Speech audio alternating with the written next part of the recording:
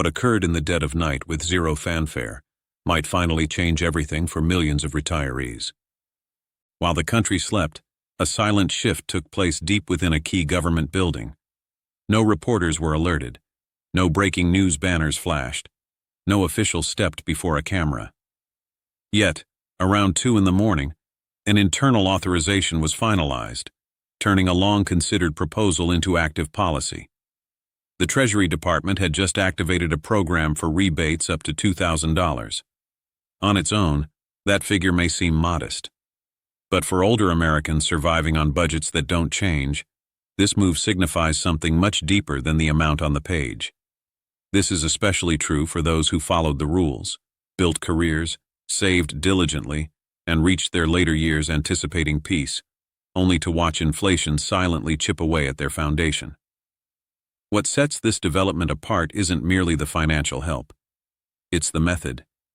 This wasn't a noisy legislative battle on Capitol Hill. It wasn't a sprawling new relief package needing endless negotiation. This was an operational adjustment made within the Treasury's own walls, a silent indicator that planning has transitioned into implementation. And when bureaucratic machinery operates this quietly, it frequently signals tangible preparations are underway behind closed doors. This confirmation does not equate to checks printing today. It doesn't mean universal qualification, but it does solidify that this rebate concept has left the realm of speculation. It is now official policy. More critically, it initiates a procedure that now acknowledges a struggle countless seniors have endured for years. A static income simply doesn't go as far as it used to. Why the funding source for this rebate alters its entire significance. To grasp why this $2,000 matter carries weight, you must comprehend its origin, a detail that transforms the entire landscape. This initiative isn't financed by additional borrowing. It isn't attached to a new congressional spending package trapped in political limbo. Instead, the rebate draws from money the government has already received via duties on imported goods. This difference is everything. Tariff income is already in the coffers. It's been collected. Therefore, once the Treasury clarifies qualifications and procedures, the mechanism can advance without waiting for lawmakers or electoral politics. That explains why this approval was discreet and administrative, not a public spectacle. Initially, this rebate framework was conceived to help workers and middle-class families counter higher expenses linked to increased tariffs. But as fresh statistics arrived, a pattern emerged that could no longer be overlooked. For retirees on fixed incomes, climbing prices strike earlier and cut deeper. When grocery totals swell, when medication prices jump, when utility invoices inch upward each month, employed households might still have levers to pull. Over time, a second gig, a career shift. Retirees typically do not. A fixed income provides predictability, but it denies flexibility. And when costs ascend while income remains stationary, that squeeze intensifies rapidly. What evolved behind the scenes wasn't political will, it was a change in viewpoint. Analysts began looking past raw numbers and started observing lived experiences. That's when the program was subtly recalibrated, not to generate news, but to align with the truth on the ground. Why older adults were discreetly prioritized. The next step inside the Treasury wasn't broadcast, but it held immense consequence. As reviewers examined quarterly data updates, one finding grew unavoidable. Seniors were bearing financial strain quicker than nearly any other group, not due to frivolity, not due to poor planning, but because a fixed budget has no give. When prices climb economy-wide, working families might feel the effect progressively. They often possess responses. More hours, freelance work, postponing non-essentials. Retirees lack those pathways. Their monthly income remains identical, regardless of how much living expenses inflate. Analysts started spotting persistent trends. Food costs were rising in tiny, relentless steps. Home energy bills ticked up. Medication co-payments grew just enough to strain budgets already stretched thin. Each increase seemed minor in isolation, but together they manufactured genuine pressure. That's when the internal inquiry changed. Instead of asking who fits the criteria eventually, Officials began asking who possesses the least capacity to bounce back if assistance arrives late. That shift in thinking reshaped the order of operations. Seniors, particularly those depending mainly on Social Security retirement, survivor funds, disability aid, or SSI, were flagged as having the thinnest financial buffer. For many, every single dollar is allocated before it even arrives. So the evaluation protocol was quietly reconfigured, not as preferential treatment, not as a gift, but as an acknowledgement of fragility. Similar to emergency medical triage, the most vulnerable cases are now examined first, not to pledge immediate rescue, but to forestall deeper distress as time elapses.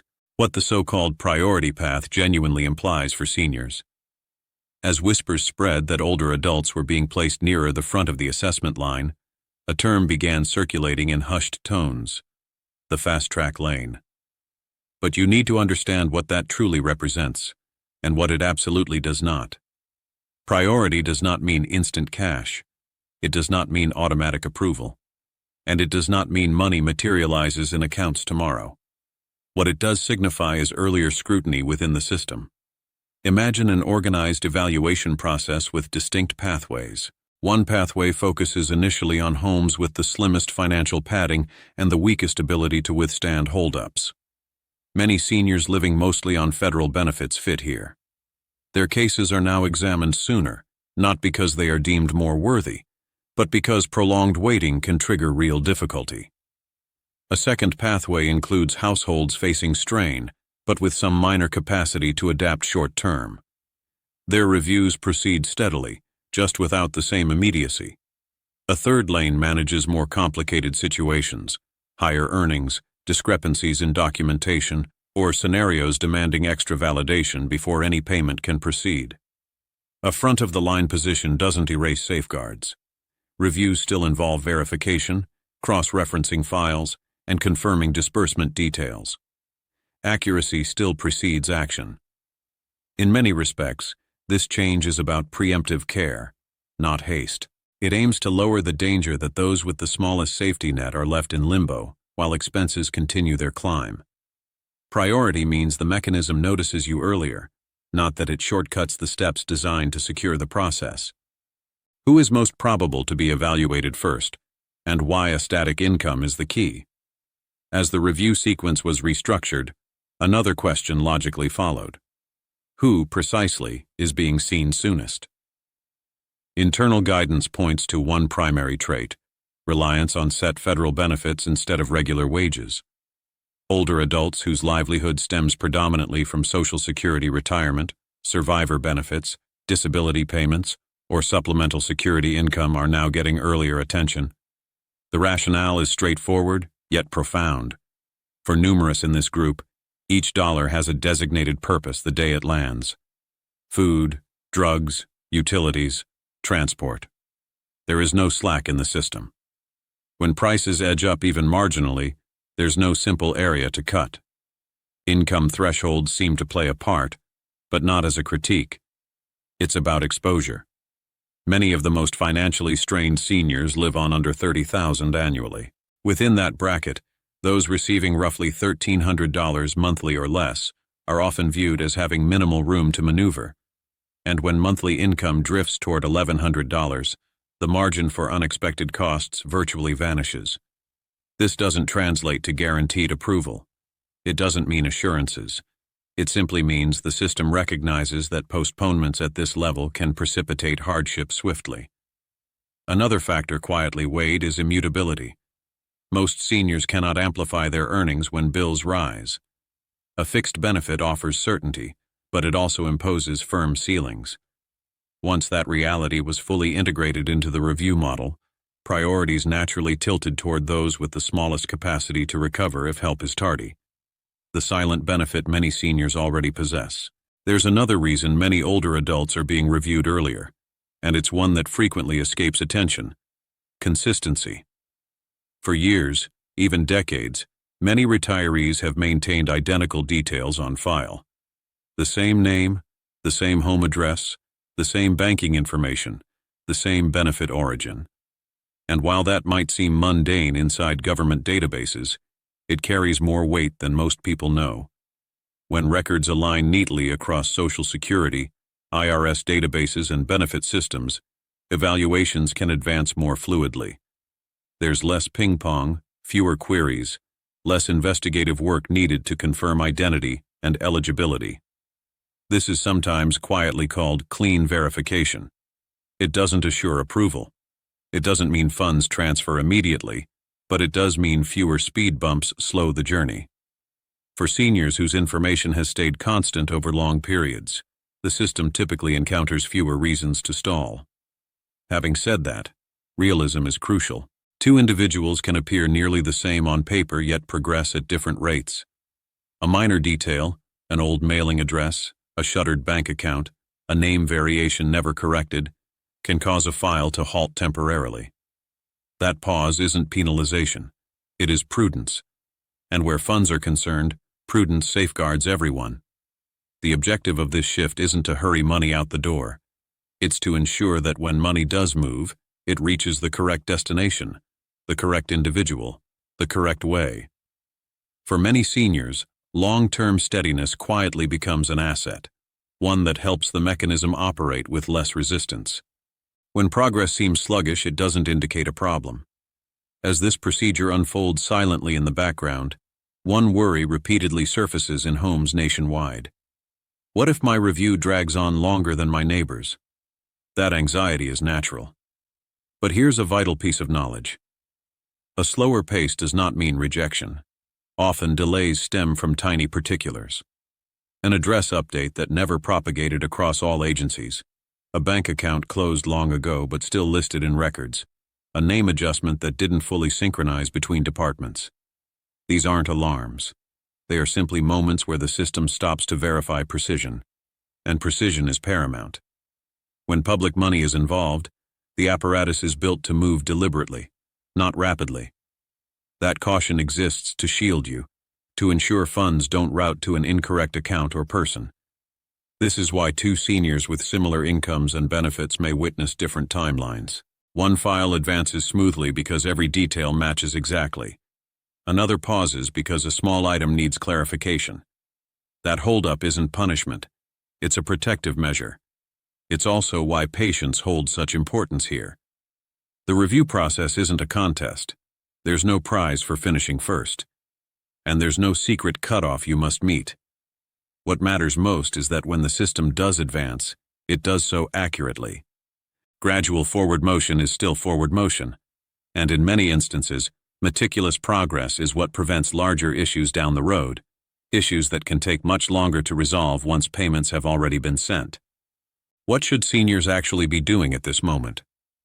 After absorbing all this, many older adults softly pose the same query. So what action should I take right now? The response might be more comforting than you think. For the vast majority of seniors, there is nothing to apply for. No special application exists. No secret portal where you must register to join a queue. And no exclusive early access roster someone can add you to. This process leans heavily on information the government already possesses. Social Security records, IRS data, existing benefit frameworks, assessments are occurring quietly in the background without requiring action from most individuals. That's intentional. It minimizes confusion and avoids superfluous paperwork. However, there is one pragmatic step that genuinely assists. When you have a moment, calmly, without panic, access your official accounts. Log into your IRS online profile. Access your My Social Security account. Scrutinize your mailing address. Verify your direct deposit details. Pose one simple question to yourself. Is everything here current and accurate? Minor discrepancies cause more holdups than policy ever could. A defunct bank account, an obsolete address, a slight typo. Rectifying those items early without stress can prevent weeks of confusion later. And just as critical as what to do is what to avoid. Do not answer calls, texts, or emails pledging expedited access, early sign-off, or special priority status. Authentic government contact occurs solely through secured official channels. Anything else isn't aid. It's fraud. Why fraudsters aim for seniors during periods like this? Whenever financial aid is discussed, especially while specifics are still emerging, Scammers watch intently. Moments like this generate precisely the sort of uncertainty they exploit. Here's why older adults are commonly targeted first. Con artists know many retirees live on inflexible incomes. They know mounting costs create anxiety, and they know that when people await clarity, fear and hope coexist. That emotional space is where scams flourish. During this process, no genuine government body will call you out of the blue. They will not demand your complete Social Security number. They will not request your online banking credentials, gift card codes, processing fees, or activation charges to accelerate things. If anyone claims they can unlock payments, advance your place in line, or guarantee quicker approval in exchange for money or personal data, that is not help. That is exploitation. Real communication happens only in secure locations, your IRS online account, or your My Social Security profile, not through random calls, not through frantic texts, and not through emails pressuring instant action. Scammers depend on urgency. The government does not. If something feels rushed, menacing, or covert, stop, breathe, and consult someone you trust before doing anything. Hanging up is not impolite. Ignoring a suspicious message is not an error. Guarding yourself is the priority. Recall, this process happens quietly and methodically. Anyone trying to make it feel frantic or scary is not part of it. You deserve transparency, patience, and security, not intimidation. When you might notice activity before any payment appears. One of the most frequent questions seniors ask now is simple yet weighty. So when will something tangible occur? The overnight confirmation wasn't the push of a button that dispatches checks instantly. It was authorization for the system to start its forward motion. Think of it like a lengthy train idling at a station. The engine is now running. The wheels have started turning, but the trip still includes crucial stops. First, eligibility parameters operate completely. Then, records across multiple databases are matched and rechecked. Social Security, IRS information, and benefit files must all correspond. After that, payment routes are confirmed to guarantee funds don't go to a wrong account or address. Only once those stages finish does distribution commence. Here's something many don't realize. You often detect movement before you see money. That movement might appear as quiet updates inside official portals, a status alteration, a notice that a review is in progress. For some seniors, those indicators show up sooner simply because their data is clean, steady, and unchanged for years. For others, things may proceed more slowly due to a minor correction needing attention. Slow does not mean denied. Slow frequently means thorough. And concerning finances, especially for those on fixed incomes, thorough is vastly superior to rushed. Will this rebate impact your Social Security or SSI? For many seniors, one fear towers above the rest. If I get this money, will it harm my regular benefits? That question isn't only sensible, it's smart. Based on current directives, this rebate is not classified as wages. It is not counted as earned income, and it is not meant to replace or modify the monthly benefits you already depend on. Put plainly, this suggests the rebate should not shrink your Social Security payment. It should not cancel your cost of living adjustments, and it should not automatically prompt a reevaluation simply because you received it. For seniors getting supplemental security income, the concern often feels heavier.